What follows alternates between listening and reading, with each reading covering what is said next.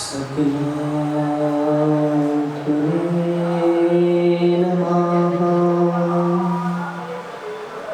निकलात्मने नमः।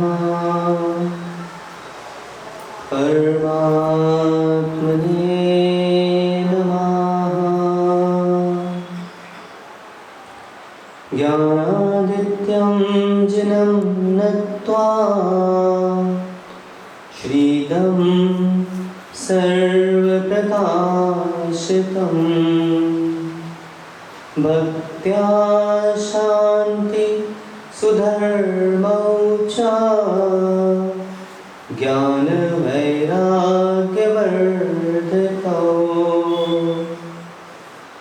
तज्जयति परं ज्योति समं समस्तैरनन्तपर्यायै दर्पणतल इव सकला प्रतिफलति पदार्थमालिका यत्र प्रणमोऽन्ताडं प्रणमो सिद्धाडं प्रणमो आयर्याडं प्रणमो अध्यायाडं प्रणमो लोय सब्साहुडं। अनंतानंद परम सिद्ध भगवान की, अष्टम तीर्थेश भगवान चंद्र प्रभु स्वामी की, अंतिम तीर्थेश भगवान वर्धमान स्वामी की, परम पूजनीय आचार्य भगवान 108 श्री कुंतु सागर जी मुनि महाराज की, परम पूजनीय आचार्य भगवान 108 श्री पुष्पदंत सागर जी मुनि महाराज की, परम पूजनीय आचार्य गुरुवर 108 श्री विशुद्ध सागर जी मुनि महाराज की, अहिंसामय विश्व जैन धर्म की।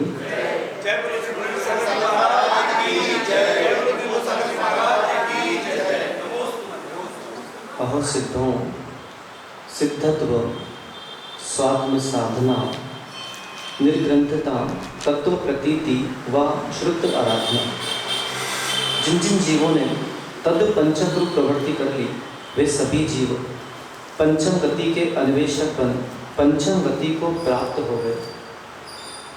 पंचम गति की प्राप्ति विशुद्धि के अभाव में अभाव रूप है। विशुद्धि की प्राप्ति त्रिशुद्धि के अभाव में अभाव रूप है। इसलिए एक मुमुक्षु जीव मस्तिष्क में सूत्र स्थापित करके चलता है, पहले त्रिशुद्धि और फिर विशुद्धि। एक वे जीव हैं जो विशुद्धि को प्राप्त होते हैं और प्राप्त होने के पश्चात उन्हें किसी भी प्रकार के पर उपदेश की आवश्यकता नहीं पड़ती है, किसी भी प्रकार के पुरुषार्थ करने की आवश्यकता नहीं पड़ती है। सहज वो वैराग्य को प्राप्त हो जाते हैं और तीर्थंकर पदवी को प्राप्त हो जाते हैं। और एक वे जीव हैं जिनके सामने निमित्त भी उपस्थित हैं, परंतु वे इस निमित्त के भी लाभ कभी उठा नहीं पाते। एक विशाल समुद्र है, उस विशाल समुद्र में एक नौका जिसको अपने गंतव्य स्थान का बोध नहीं है। अब क्या जो वायु का प्रभाव चल रहा है उस नौका के लिए सहकारी है क्या? पुनः प्रश्न दोहराता। एक विशाल नौका समुद्र में जिसको अपने गंतव्य स्थान का बोध नहीं है, कहाँ जाना है, और वायु का प्रवाह चल रहा है, तो क्या वह वायु का प्रवाह उस नौका के लिए सहकारी है? नहीं है, नहीं है।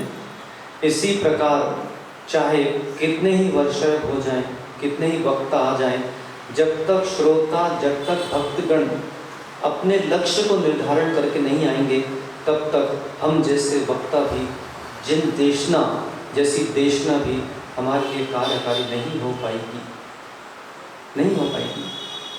धन्य वे जीव जो वैराग्य को प्राप्त हो गए, जिन्होंने स्वयंभू पदवी को प्राप्त कर लिया। स्वयंभुवा भूत हितेन भूतले समंजस ज्ञान विभूति चक्षुषा विराजितम येन विधुन्वतात्मा छपा करेणेव गुणोत्करी करे। ऐसे जब रिद्धि मंत्र पढ़ते हैं तो उसमें 3 रिद्धि मंत्र आते हैं। नमो स्वयं बुद्धाणम, नमो पत्ते बुद्धाणम, नमो भोगी बुद्धाणम। 3 प्रकार के बुद्ध हमारे शास्त्रों में उल्लेखित हैं, स्वयं बुद्ध, प्रत्येक बुद्ध और बोधित बुद्ध। स्वयं बुद्ध अर्थात वे जिन्हें किसी भी प्रकार का पर उपदेश की आवश्यकता नहीं हुई और वे स्वयं बुद्ध अवस्था को प्राप्त हो गए, वे स्वयं बुद्ध बन गए। पत्ते बुद्ध, पत्ते बुद्ध अर्थात कुछ वे जीव होते हैं जिनको कोई जब निमित्त मिलता है तब जाके उनकी बुद्धि में विषय चढ़ता है, तब जाके वो वैराग्य को प्राप्त होते हैं। और बोधित बुद्ध अर्थात संसार शरीर भोग निर्विण्णा, कि जिन्हें संसार शरीर भोग से अब नीरसता आना प्रारंभ हो गई है, तब जाके वो वैराग्य को प्राप्त होते हैं। स्वयंभू बनने के भाव हैं क्या? स्वयंभू बनना है, हाँ। स्वयंभू, दिव्य भाषापति, धर्म चक्र व्रत, भगवान, जिनेन्द्र, जिन, केवली, केवलिन, ये सब भगवान के समानार्थी शब्द हैं। स्वयंभू, स्वयंभू कौन बन सकता है? स्वयंभू वे बन सकते हैं जो स्वयंभू बन सकते हैं। क्या कहा? स्वयंभू वे बन सकते हैं जो स्वयं भू बन सकते हैं। यीशु को स्मरण कर लो, बन जा स्वयं भू, बन जाएगा स्वयं भू। बन जा स्वयं भू, बन जाएगा स्वयं भू। जब तक दूसरों में भू प्रवृत्ति देखेगा और स्वयं भू नहीं बनेगा, भू अर्थात भू, पृथ्वी, अग्नि, धरती, वसुंधरा, क्षमा, धरा, ओहिनी, ये सारे पृथ्वी के नाम हैं। भू अर्थात इस भू पर खनन क्रिया करो, भू कुछ नहीं कहती। इस भू पर मल छोड़ो, भू कुछ नहीं कहती। इस भू पर आप कुछ भी कार्य करो, कितने ही भार लाद दो, ट्रक से ट्रक भरकर इस पे चला लो, लेकिन आज तक भू ने चू भी नहीं किया। ऐसी प्रवृत्ति जब तक नहीं होगी तब तक आप स्वयं को बन ही नहीं सकते। भू पर कितना चला पर फिर भी तू रहा मन चला। भू पर चलते चलते इस भू स्वरूप को जो प्राप्त कर लेते हैं वो स्वयं भू बन जाते हैं।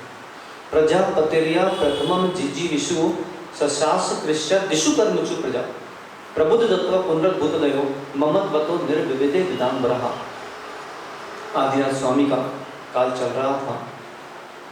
उस समय जब भोग भूमि थी तब राजा नहीं होते थे। कर्म भूमि के समय में प्रथम राजा हुए तो वह राजा आदिनाथ हुए। जब भोग भूमि का विलोप हुआ और कर्म भूमि का प्रारंभ हुआ तब सभी को अपनी आजीविका की चिंता होना प्रारंभ हो गई। उन्हें नाभिराज के पास गए और नाभिराज से कहा कि इतने संकल्प विकल्प आ रहे हैं, क्या किया जाए। नाभिराज ने कहा आप हमारे सुपुत्र आदिनाथ के पास पहुँचो। आदिनाथ जी ने जो जीवों की पीड़ा थी उसको देखकर 6 उपदेश दिए जिन्हें षट कर्म कहा जाता है।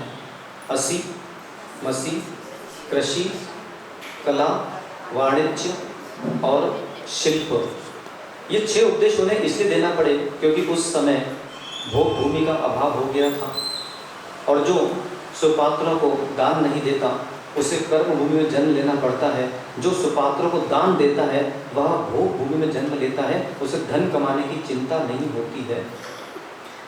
वयम सुपात्रे न धनस्य कृत्वा। आज जो सुपात्र को दान नहीं दे रहे हैं वे निश्चित मान के चलिए कि भविष्य में भी उनको कर्म भूमि में ही जन्म लेना है। इसलिए अगर चाहते कि ऐसे स्थान पर हम जन्म लें जहाँ पर हमको किसी पेय पदार्थ के लिए, अब कितना सुमेर जी कितने विचलित हैं। घर जाते हैं, देवी को बोलना पड़ता है पानी दो मुझे। पुरुषों को ये प्रण कर लेना चाहिए अगर उनको पानी का गिलास भी चाहिए है तो स्वयं अपने चौके में जाएं, स्वयं पानी लेके पी लें। ये पुरुषों का प्रण है कि नहीं? नहीं है। चलो एक काम करो, 134 दिन के लिए ये प्रण कर लो कि हमको अगर पानी पीना होगा तो स्वयं अपने जाएंगे और अपना हाथ से उठा के पानी पी लेंगे। पूरे धर्म का सार अगर कोई है, आप कितने उपदेश सुन लो, मैं पूरा भावत्रय फल प्रदर्शी ग्रंथ चल रहा है, चतुर्थ श्लोक, मैं ये पूरा ही बांस दूँ, लेकिन तब भी मान कषाय का गलन अगर नहीं हो पाया तो संपूर्ण वाचना, संपूर्ण चतुर्मास विफल है। और मान कषाय के गलन के लिए कोई बहुत बड़ी साधना नहीं करना है, इतनी सी साधना है कि जब कभी भी 134 दिन चातुर्मास में पानी की आवश्यकता होगी तो अपने हाथ से उठा के भर के हम पी लेंगे। कमल में कर सकते कि नहीं ऐसा? ठकरानी जी कर सकते कि नहीं? कल ठकरानी जी मेरे पास आए और बड़ा आश्चर्य हुआ मुझे कि सिंधी समाज के वो हैं और उनकी इतनी उत्कृष्ट भावना। उन्होंने कहा मुझे कि बोले महाराज जी, आप मुझे कोई भी 10 चीज़ लिख के दीजिए, आप जो 10 चीज़ लिख के देंगे मैं उसका पूरे चतुर्मास का पालन करूँगा।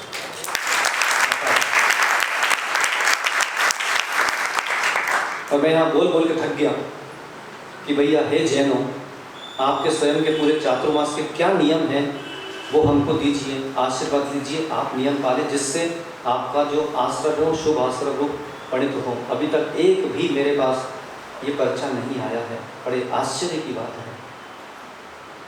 शेष राम को पुनः कह रहा हूँ, अगर चाहते कि ये वर्षा योग में केवल मात्र ये श्रवण नहीं चले, आचरण भी चले, तो अभी भी समय है। 134 दिन आपके व्यक्तिगत क्या क्या नियम हैं वो एक पृष्ठ पे लिख के, अपना नाम लिख के अंत तक पहुँचाएँ। और नहीं है तो मैं तो प्रतिदिन कुछ ना कुछ नियम आपको दे ही देता हूँ। जैसे आज दे दिया, ऐसा नहीं भाई, एक ग्रहण कर लो आज से, 134 दिन पानी पीना होगा तो अपने हाथ से उठा के पिएंगे, किसी को कहेंगे नहीं भाई पानी दो, ठीक है? कर पाओगे अतुल भाई? कर लेंगे महाराज जी, एहसान थोड़ा है कोई है ऐसे तो। हाँ महाराज जी ये तो हमारा अहो भाग्य, हम बिल्कुल करेंगे ही करेंगे महाराज जी, तो क्यों नहीं करेंगे? उत्साह शक्ति आना चाहिए है। पुरुषों को कोई बहुत बड़ी साधना करने की आवश्यकता नहीं है, पुरुषों को मात्र इतनी साधना करने की आवश्यकता है कि ऑर्डर नहीं चलाए। ये तुम्हारे जीवन की सबसे बड़ी साधना है। हमारे इस धरा को पुरुष प्रधान धर्म कहा जाता है। क्यों कहा जाता है ठकानी?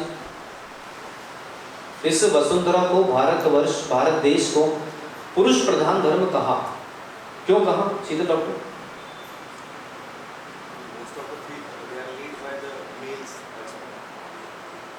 इसलिए पुरुष प्रधान नहीं है, ये बहुत बड़ा भ्रम है। हिरेश किया पुरुष प्रधान क्यों कहा गया? बचपन से सुन रहे पुरुष प्रधान, पुरुष प्रधान, पुरुष प्रधान धर्म, पुरुष प्रधान धर्म, पुरुष प्रधान धर्म, तो है क्या? माताओं को शिक्षा दी गई है कि तुमको अपना जीवन पुरुष पर निर्भर रह के व्यतीत करना पड़ता है। तो हे माताओं, जिसने तुम्हें शिक्षा दी थी उसका अभिप्राय कुछ और था और तुम कुछ और अभिप्राय समझ बैठे। कहाँ इन पुरुषों के चक्कर में पड़ के जीवन भर तुमने अपने नाम के पहले दासी लगा बैठे। पुरुष से तात्पर्य है पुरुष में लीनता दिलाती स्वाधीनता, पुरुष में लीनता दिलाती पराधीनता। क्या कहा? पुरुष में लीनता दिलाती स्वाधीनता और पुरुष में लीनता दिलाती पराधीनता। पुरुष मतलब होता है, हे पुरुषों, आज तक पुरुष का अर्थ केवल इतना ही लगा बैठे कि मैं पुरुष, जबकि परमार्थ दृष्टि से पुरुष कर देखा जाए तो आचार्य भगवान श्री अमृत चंद्र स्वामी ने ग्रंथराज पुरुषार्थ सिद्धि उपाय जी में पुरुष की परिभाषा लिखी। अस्ति पुरुषश्चिदात्मा विवर्जिता स्पर्श रस गंध वर्णई गुण पर्याय संवेता उत्पाद वेद भव्य। स्पर्श रस गंध और वर्ण इससे जो रहित है उसका नाम पुरुष है। पुरुष मतलब होता है आत्मा। आत्मा का पर्यायवाची नाम क्या है? पुरुष। तो हे माताओं, तेरे अंदर स्वयं पुरुष विराजा था, तू कहाँ ये बाहर से पुरुष को ढूंढ के ले आई? तो जिसने, तेरी माँ ने जो शिक्षा ये दी थी कि पुरुष पर निर्भर रहना चाहिए है, तो वो शिक्षा दी थी कि अंतरंग में जो पुरुष विराजा है उस पर निर्भर रहना चाहिए। पुरुष में लीनता दिलाती स्वाधीनता। और स्पर्श रस गंध वर्ण सहित पुरुष चक्र फंस गए। पुरुष में लीनता दिलाती पराधीनता। हे पुरुषों, पुरुष प्रधान धर्म था। पुरुष मतलब आत्मा, यह आत्मा प्रधान धर्म है। अपनी आत्मा का कल्याण करो, ये उसका अर्थ था। तो एक वे जीव हैं जिन्होंने जन्म लिया कि उन्हें पानी पीना पड़ता था, तो देवियों के पास जाकर भीख नहीं मांगना पड़ती थी कि पानी दो। पुरुष का जीवन देखो, दिन भर भिखारी का जीवन है। पानी दो, खाना बन गया क्या, खाना दो, मेरे कपड़े कहाँ हैं, कपड़े दो। चलो एक पुरुष एक प्रण और कर लो, आज से अपने वस्त्र स्वयं से धोंगे। चातुर्मास क्या है, चतुर्मास इसी का तो नाम है। हाँ, उसमें भी स्वयं से क्रिया करो। कितना समय था पहला, समझिए। प्राचीनता, जब यहाँ पर प्रवचन प्रारंभ हुए थे, मैंने 5 हेतु दिए थे, आपको स्मरण है? प्राचीनता, धार्मिकता, आध्यात्मिकता, साहित्य और पुरातत्व। जिस देश में, जिस राष्ट्र में, जिस धर्म में धार्मिकता नहीं है, प्राचीनता नहीं है, आध्यात्मिकता नहीं है, साहित्य नहीं है और पुरातत्व नहीं है, उस धर्म की क्षति हो गई, उस देश की क्षति हो गई। तो माताओं, जितनी नवीन माताएं बैठी हैं और जिनको माताएं बनना है, उनसे कहना है कि अपने साथ दहेज में ज्वेलरी बॉक्स लेके, सौंदर्य प्रसाधन लेके नहीं जाना। अगर अपने साथ दहेज में लेकर जाना चाहते हो तो हमारी प्राचीनता और धार्मिकता और आध्यात्मिकता को लेकर जाना।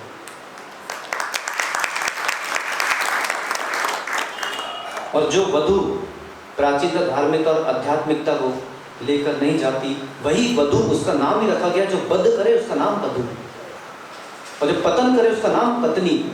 महिला, जो मां से मनुष्य को हिला दे, उसका नाम महिला। शीतल डॉक्टर, अनुभव में आ रहा, स्मरण में आ रही स्मृति? तो हे माताओं, धार्मिकता, प्राचीनता और आध्यात्मिकता को लेकर अगर आप नहीं जा पा रहे हो तो श्रेष्ठ यह है कि विवाह नहीं करो, आर्यिका बन जाओ, आपको खूब आशीर्वाद है। कम से कम आर्यिका बन जाओगे और आपकी बुद्धि में क्या चल रहा है, कोने बैठ के माला फेरोगे तो लोग यही बोलेंगे कि हाँ, आर्यिका माता जी इनके चरण भैया, दूर से वंदना कर लो। और कहीं दूसरी जगह चले गए और धार्मिकता, प्राचीनता और आध्यात्मिकता को लेकर नहीं गए तो आप उभय कुल को भ्रष्ट कर दोगे। उभय कुल मतलब एक आपका स्वयं का कुल जहाँ से आप गए हो और एक जहाँ गए हो प्राचीनता। माताओं को प्रण कर लेना चाहिए अब कि 134 दिन कपड़े धोंगे तो मुगरिया से धोएंगे। देखो इनके चेहरे, मुगरिया समझते हैं आप? वो एक मोगरी होती थी, क्या बोलते उसको आप मराठी में क्या बोलते हैं? पिंडी, पिटनी। हाँ, तो पिटनी से कपड़े धोएंगे। क्या समय था पहला अजमेरा जी, इन देवियों ने पूरा घर का वातावरण धूमिल कर दिया। एक समय था जब एक माँ को तीव्र क्रोध आता था तो उसका पूरा क्रोध पिटनी कपड़ों पीट पीट के निकलता था, तो परिवार में शांति रहती थी। और अभी ऐसी स्थिति है कि वहाँ पर वॉशिंग मशीन चटकाया और वहाँ पे वो घूम रहा है, पूरे घर में घूम के सत्यानाश करके आ गई। ये माताओं, हमारी प्राचीनता के साथ खिलवाड़ मत करो, मत करो। हमारी प्राचीनता, हमारी धार्मिकता, हमारी आध्यात्मिकता, इन तीनों को सुरक्षित रखना है तो उसका एक ही हेतु है, जितनी माताएं हैं उनको अपनी प्रवृत्ति बदलना होगी। प्राचीनता, समय था, अब विषयांतर हो रहे हैं, कोई बात नहीं। समय था कि जब माता, इसमें में आ रहा है, चलो प्रण कर लो, 134 दिन गेहूं चक्की से पीसेंगे, चक्की मिल जाएगी, कोई बड़ा विषय नहीं है। अतुल बोल रहे हैं मैं बुला के पूरी समाज की माताओं को दूंगा। हाँ, समाज की तरफ से आपको भेंट की जा रही है, पर चक्की चलाते देखना। क्या समय था कि पहले चक्कियाँ चलती थी, तो जब चक्कियाँ चलती थी तो ये व्यायाम होता था। शीतल डॉक्टर लोग की क्लिनिक क्यों भर रही है? इसलिए भर रही है क्योंकि प्राचीनता का लोप हो गया है। सुनो, आज आप प्राचीनता सुन लो, प्राचीनता और आध्यात्मिकता, आधुनिकता, प्राचीनता बनाम आधुनिकता, इससे कितना निराश हो रहा है। पहले समय था चक्की चलती थी, तो व्यायाम होता था, तो सब स्वस्थ रहते थे, फिट रहते थे। और आजकल देखो तो माताओं के ट्रक के टायर हो गए। क्यों? क्योंकि एक जगह बैठ के ऑर्डर मारना है बस। जिन घरों में बाइयाँ हैं, उन घरों की माताएं तो जीवन में सबसे बड़ी प्रमादी माताएं हैं। और जैन घरों में बाइयाँ तो होना ही नहीं चाहिए है। ये व्यवहार की बातें हैं। जैन बंधुओं को बाहर लॉन्ड्रियों में कपड़े धोने देना नहीं चाहिए है, ड्राई क्लीन पे देना ही नहीं चाहिए है। अनिल भाई दे देगा? तो आज प्रण कर लो कि 134 दिन अपने स्वयं के वस्त्र अपने हाथ से धोएंगे। कर सकते कैसा? अतुल भाई वहाँ क्या देख रहे हैं? मुझे देखो हैं, कर सकते कैसा? सुधीर भी कर सकते क्या? नितेश भाई ऐसा प्रण कर सकते हैं कि 134 दिन अपने वस्त्र स्वयं अपने हाथ से धोएंगे? देखो चेहरा कितना, आप सोचो कि धर्म करना कितना सरल है। और जिसको धर्म आप समझ रहे हो वो केवल आराधना है। आपको मैं पहले बता चुका हूँ, ये जो मैं बोल रहा हूँ इसको करना, इसका नाम धर्म है। अब पहले समय था कि वो ऐसे फ़ोन आते थे तो एक बटन दबाते थे, देखा आपने? उस समय के जीव जो कीपैड फ़ोन प्रयोग करते थे वो अधिक स्वस्थ हैं कि एंड्रॉयड वाले स्वस्थ हैं? नहीं बताओ, वो स्वस्थ कौन है? मतलब अगर हॉस्पिटल सीधे डॉक्टर साहब से पूछो, पहले ज़्यादा जिसको आप बोलते रोगी, पहले रोगी अधिक आते थे कि अभी रोगी अधिक आ रहे हैं? वो रोगी अधिक इसलिए आ रहे हैं क्योंकि उन्होंने प्राचीनता का लोप कर दिया है। पहले का समय था जब ऐसा दबाता था तो ये जो दिख रहे हैं आपको, ये 5 तत्व हैं। इसे कहा जाता है अग्नि तत्व। और एक्यूपंक्चर जो होता है, एक्यूपंक्चर प्रणाली, इसी अग्नि तत्व से जब भिन्न भिन्न स्थान पर दबाता है तो स्वस्थ रहता है। क्योंकि यहीं पर ये साइनस के पॉइंट्स हैं, यहाँ पर आँख है, यहाँ पे नाक है, इंटेस्टाइन है, हार्ट है। तो इस अग्नि तत्व का प्रयोग करके ये चलता था। जब कीपैड फोन करता था अग्नि तत्व दबाता था, स्वस्थ रहता था। और आजकल तो उंगली भी, दिन भर उंगली करता रहता है, चाहे मोबाइल हो चाहे जीवन हो। ऐसी स्थितियाँ हो गई हैं। इसलिए हे श्रावक को प्राचीनता को जन्म दो। आजकल बाहर जाओ, नितेश साहब की बात चल रही थी अभी कि पहले का समय था ऐसे वाले नल आते थे, पता है आपको? ऐसे खुलते थे। तो जब नल खुलते थे तो व्यायाम होता था, व्यायाम। आजकल तो जगह जगह जाओ, आवश्यकता ही नहीं है, सीधा हाथ नीचे करो, ये पानी आया, बाजू में करो, ये हाथ सूख गए, कुछ करना ही नहीं। ये तो चलो ठीक था, यहाँ तक कि समझ में आता है। लेकिन आजकल तो धोना भी नहीं पड़ रहा है, धोने का सिस्टम भी खत्म। बैठ जाओ, अपने आप एक ब्रश आएगा, वो घिसेगा, अपने आप पाइप आएगा, वो धो देगा। भाई साहब बढ़िया पेपर पढ़ रहे हैं, बात कर रहे हैं, धीरे से चलते बने, कुछ करना ही नहीं है।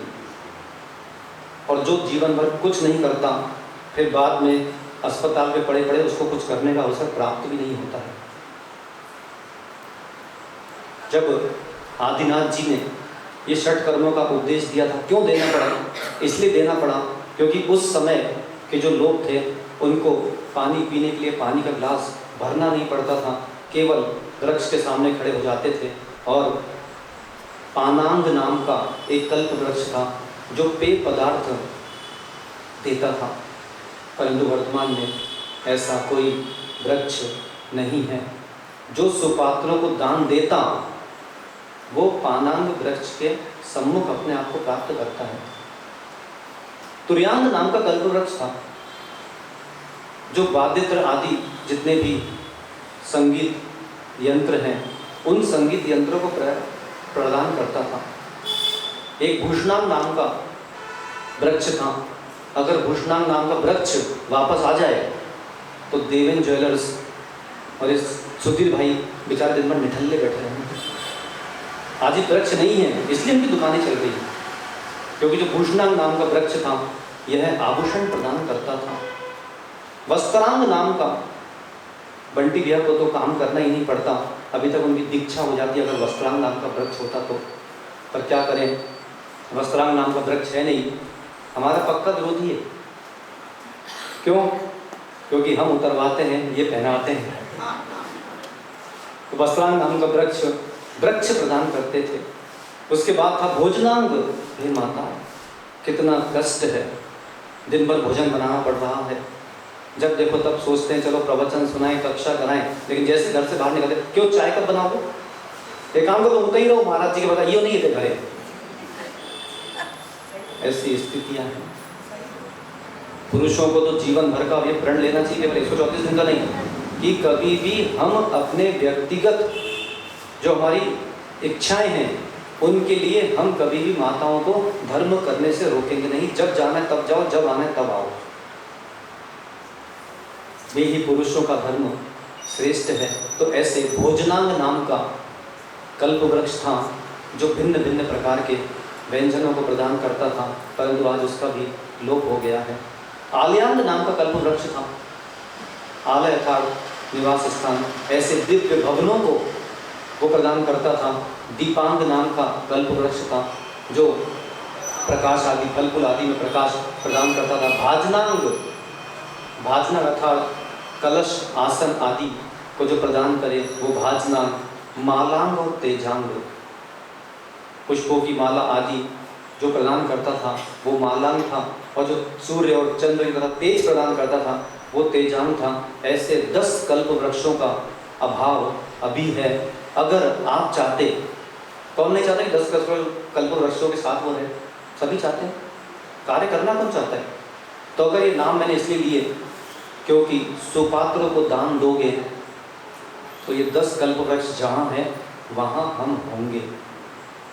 स्पष्ट आचार्य भगवंत ने यहाँ लिखा है कि जो पात्र दान किया करते हैं उसको भोग भूमि की प्राप्ति होती है।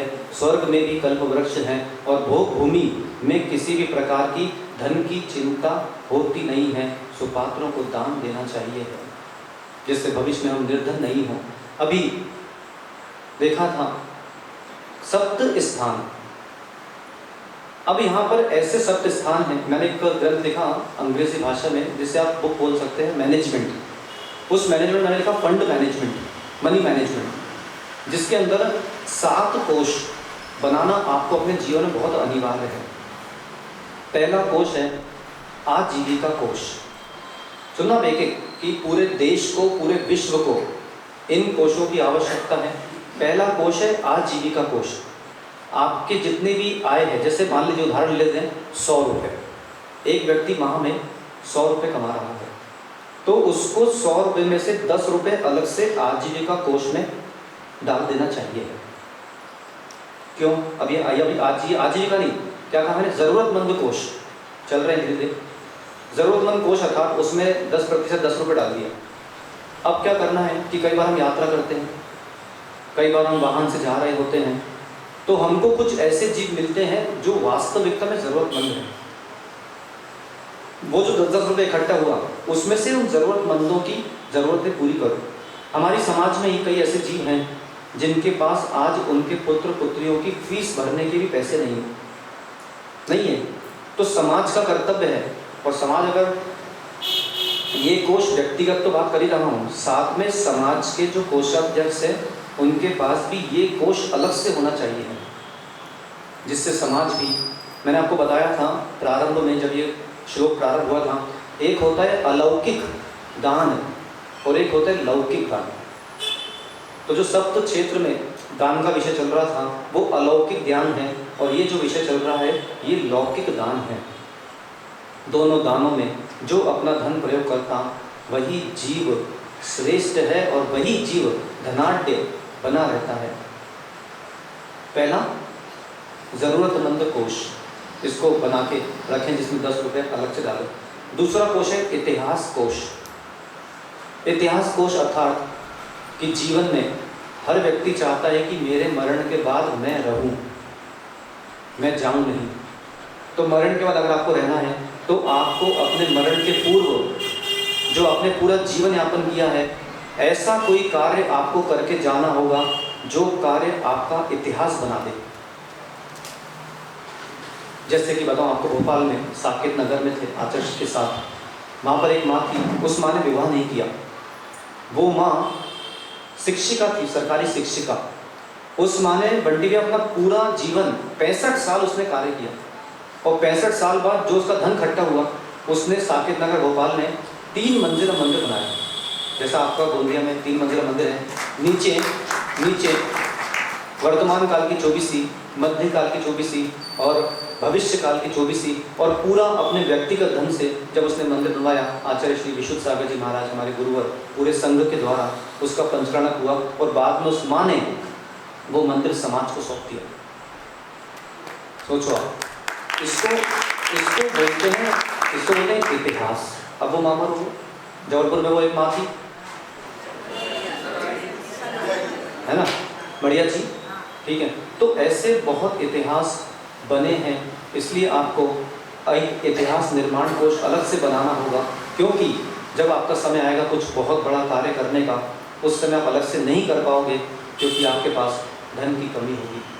तीसरा जो कोष है वह है रहस्य कोष। रहस्य कोष अर्थात कि कुछ धन, पुरुष इस मामले में बहुत समझदार होते हैं, पुरुष अपनी पूरी आय अपनी देवी को कभी नहीं बताता, वो बताना भी नहीं चाहिए। ऐसे कुछ रहस्य कोष जिसमें 10 रुपये डाला, किसने, जरूरतमंद कोष में 10 रुपये डाला, किसने, इतिहास निर्माण कोष में 10 रुपये डाला, रहस्य कोष में।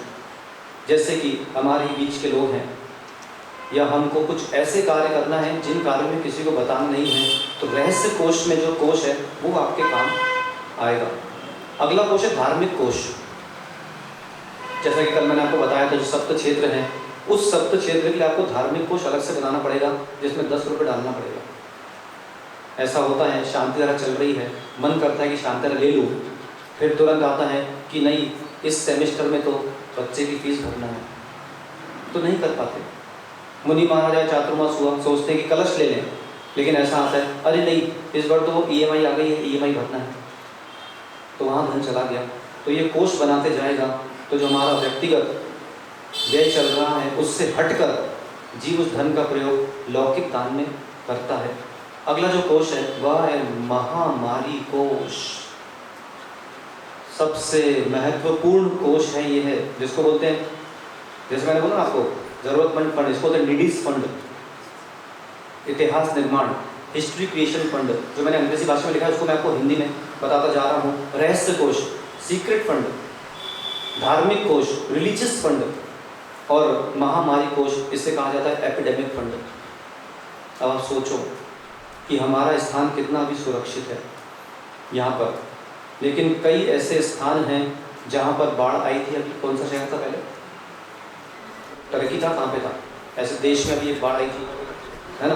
तो अलग अलग स्थानों पर जहाँ पे बाढ़ आ रही है, या फिर कोरोना क्षेत्र में, कोरोना काल में भी कई ऐसे महामारी थी, कोरोना, स्मॉल पॉक्स आया था, HIV एड्स आया था, चिकन पॉक्स आया था, ऐसी कई महामारियाँ आ रही हैं।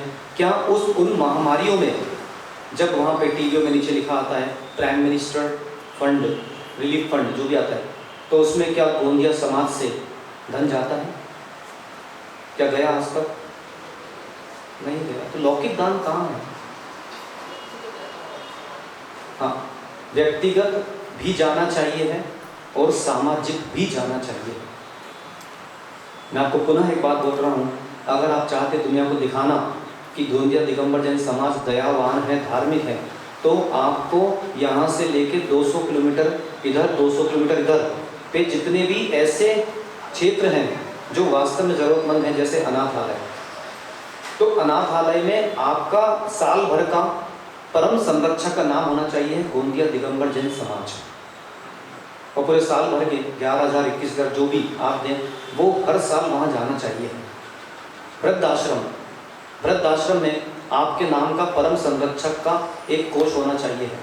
फिर पिछली बार जब हम आए थे, मूक बधिर स्कूल गए थे, अजमेर जी याद है, आपने मिष्ठान बांटा था वहाँ पे, तो जहाँ मिष्ठान बांटने गए थे वहाँ पर भी आपका गोंदिया दिगंबर जैन समाज का एक अलग से नाम होना चाहिए।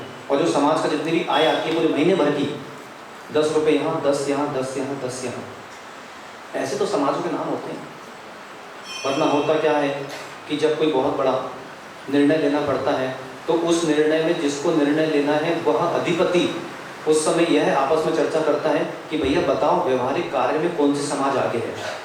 तो बोले व्यवहारिक कार्य में हमको ये सिंधी समाज ज़्यादा लगती है। अच्छा चलो एक काम करो, सिंधी समाज का पार्षद बना दो, जैन समाज कोने में पड़ी मिलती है। ऐसी हो रहा है, ऐसी हो रहा है, और ऐसा जीवन भर होता चला जाएगा। क्यों होता चला जाएगा? क्योंकि आपका पूरे गोंदिया समाज में व्यवहार योगदान शून्य है, शून्य है। आप अपनी पकड़ कभी बना ही नहीं पाओगे। और जिनका व्यवहार योगदान है, जब भी कभी भी कोई भी निर्णय होगा, निर्णय स्वाभाविक सी बात है उनके पक्ष में गया है और जीवन भर उनके पक्ष में ही रहेगा। और आप सोचते ही रह जाओगे कि हम क्या गलती कर रहे हैं, हमारा जो व्यक्ति था वो ज़्यादा योग्य था। तुम्हारा व्यक्ति योग्य था, उसने अपनी योग्यता एक दिन दिखाई, लेकिन उस समाज ने अपनी योग्यता 5 साल दिखाई।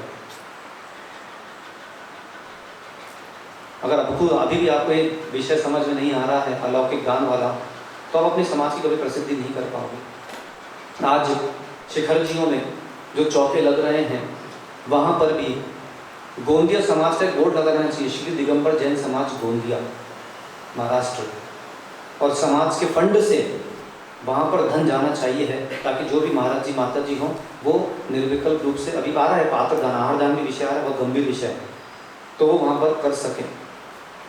दायित्व कहाँ गए? एक और व्यवहार दायित्व है, दूसरी ओर जैन भैया परमार्थ दायित्व है, उसमें हम शून्य हैं। मैं आपको चुनौती के साथ बोलता शीतल डॉक्टर, तुम्हारा बेटे को तुम 100 रुपये दो, वो 100 रुपये देने के बाद जो करके नहीं दिखाएगा, तुम रोड पे घूम के गरीब को 100 रुपये दो, वो तुमको प्राइम मिनिस्टर बन के दिखाएगा।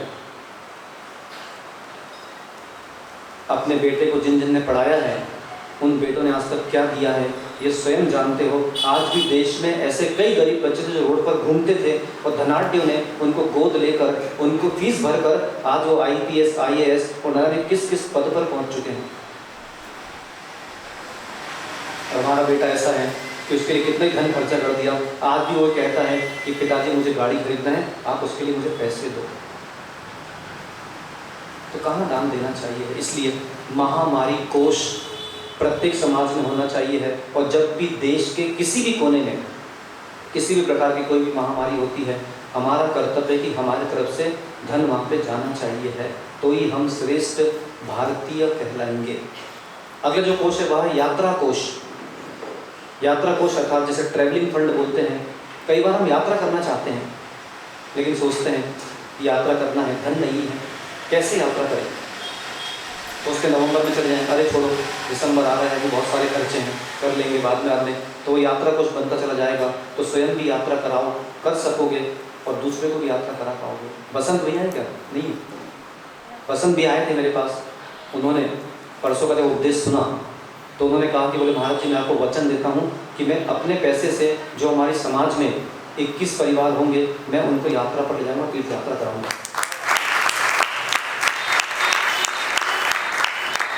क्योंकि आप अगर सुपात्र को दान देना नहीं जानते हैं तो भविष्य में आपका भी समय आएगा कि जब आपको भी दान नहीं मिलेगा और हम स्वयं निर्धन हो जाएंगे। इसलिए यात्रा कोष बना के चलना होगा। और अंतिम जो कोष है वह है रक्षक कोष, जिसे सेवियर फंड बोलते हैं।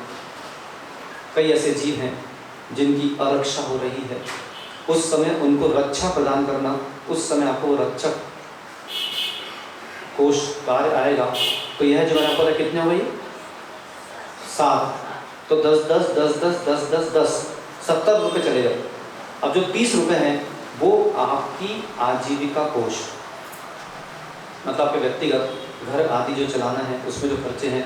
ऐसा अगर आपने ये 100 रुपये का विभाजन नहीं किया तो आप कभी भी अपना इतिहास बना नहीं पाओगे और भविष्य में भी निर्धनता की भूमिका का आप निर्वाह अवश्य करोगे। इसलिए लौकिक और अलौकिक क्षेत्र में आपको दान अब दे देना चाहिए है। धन्य हो ऐसे आदिनाथ स्वामी। कृषि का उद्देश्य किसने दिया? कृषि का उद्देश्य किसने दिया? आदिनाथ भगवान को, है ना। कृषि मसी, 80 मसी कृषि, 80 का उद्देश्य किसने दिया? आदिनाथ भगवान को। ठीक है, आज के बाद आपको यह भी बोल देना छोड़ देना चाहिए है कि आदिनाथ भगवान ने षट कर्मों का उपदेश दिया। ये पूरे देश को, पूरे विश्व को अपना ये जो कथन है इसको बदल देना चाहिए है, क्योंकि आदिनाथ भगवान ने षट कर्मों का उपदेश नहीं दिया। लोग कहते हैं खेती कर रहा और उससे पूछा कि भैया तुम जैन हो, खेती कर रहे हो, तुमको समझ नहीं आ रहा कितना उसमें कीटनाशक दवाइयाँ लगती हैं और खेती में बहु हिंसा है। तो कहते हैं अरे बोले महाराज कहाँ आप मिथ्या उपदेश कर रहे हो? बोले आदिनाथ भगवान ने तो कहा कि कृषि करो। एक तलवार लेके घूम रहा, घर पे पिस्तौल रखा, बोले आदिनाथ भगवान ने तो कहा कि असी मसी कृषि शिल्प कला वाणिज्य, बोले व्यापार कर रहा। वाणिज्य था ट्रेडिंग, कॉमर्स एंड ट्रेडिंग जिसको बोलते हैं। बोले व्यापार कर रहा, किसने सिखाया? अरे बोले आदिनाथ भगवान ने सिखाया था मुझे। जब आदिनाथ भगवान ने सिखाया तो सोचो कि उनकी 2 पत्नियां थी, 2 पुत्रियां थी और 100 पुत्र थे। अब शीतल भाई, सनी भाई, गिरीश भाई, उन्होंने अपनी 2 पत्नियों को छोड़ दिया। तुम्हारे से एक ही नहीं छूट रही। उन्होंने अपने 100 पुत्रों को छोड़ दिया, अपने से 2 नहीं छूट रहे। तो ऐसे हमारे तीर्थंकरों से भी शिक्षा लेना चाहिए है। भगवान आदिनाथ ने ना खेती करने कहा था, ना भगवान आदिनाथ ने व्यापार करने कहा था। क्यों? क्योंकि जिस समय वो भगवान नहीं बने थे उस समय वे राजा के पर्याय में थे। राजा आदिनाथ ने षट कर्मों का उपदेश दिया है, ना कि भगवान आदिनाथ ने। तो हमारे भगवान को बदनाम नहीं करो। समझ गया? आज से अगर प्रयोग करना है तो सम्राट आदि कुमार या राजा आदि कुमार ने षट कर्मों का उपदेश दिया। तो हे श्रावकों, यह जो विषय यहाँ पर चल रहा है, व्ययम सुपात्रे न धनस्य कृत्वा हठा धनम यस्य परस्य कृत्वा। अब आइए आ गया। पहला भंग था कि सुपात्र को दान नहीं देने से हीनो धने स्वान्य भवे भवेसा, जीव धनहीन होता है। अब सुपात्र कौन है ये आपको पता चल ही गया है। कुपात्र कौन है ये भी आपको पता चल गया है। तो कहाँ हमको दान का व्यय करना है? इसमें जो आहार दान नहीं दे रहे हैं, 3 काम अगर आप जीवन भर करते हैं तो निश्चित मान के चलिए डॉक्टर शीतल जैसे लोगों का हॉस्पिटल आपको खाली मिलेगा। मैंने आपको चुनौती देता इस बात की। पहला, भगवान का अभिषेक। जितने भगवान का अभिषेक नहीं कर रहे हैं ये भविष्य के बीमार हैं। देखना आपको दिखेगा, स्पष्ट सब दिख रहा है, ठीक है। दूसरा, मुनिराज को आहार चाहिए। जितने मुनिराज को आहार देने नहीं चल रहे हैं ये भविष्य के बीमार लोग हैं। आप स्वयं देखना, आपको सब पता चलेगा कि चातुर्मास 134 दिन में किसने क्या किया और किसने। और फिर ऐसा भी मत करना कि 134 दिन बाद कोई ऐसा था जिसके साथ कुछ घट गया, बोले अच्छा हुआ भैया हमने नहीं किया और हमारे साथ भी घट जाता। तो कई लोगों ने ऐसे विषय भी लगा लिए हैं कि बोले मंदिर जा रहे हैं, सब कर रहे हैं, लेकिन फिर भी हाँ लाभ नहीं हो पा रहा है। तो लाभ इसलिए नहीं हो पा रहा क्योंकि तूने पहले से 100 करोड़ रुपए की तेरी लायबिलिटी है, अब पहले उसको तो चुका ले, फिर आगे का करना। तीसरा, मुनिराज की वैयावृत्ति। आज गौड़ीय समाज की माताओं का कर्तव्य है कि मुनिराज की वैयावृत्ति करें, पर आप आते नहीं हो वैयावृत्ति करने। मुनिराज की वैयावृत्ति कर सकती है माता? कर सकते? कर सकते? पुरुषों क्या माताएं मुनिराज की वैयावृत्ति कर सकती है? बटिया कर सकती है? हाँ, व्यापत्ति व्यपनोदा। पहले तो वैयावृत्ति परिभाषा क्या है? व्यापत्ति व्यपनोदा पद्यो संवाहनम च गुणरागात्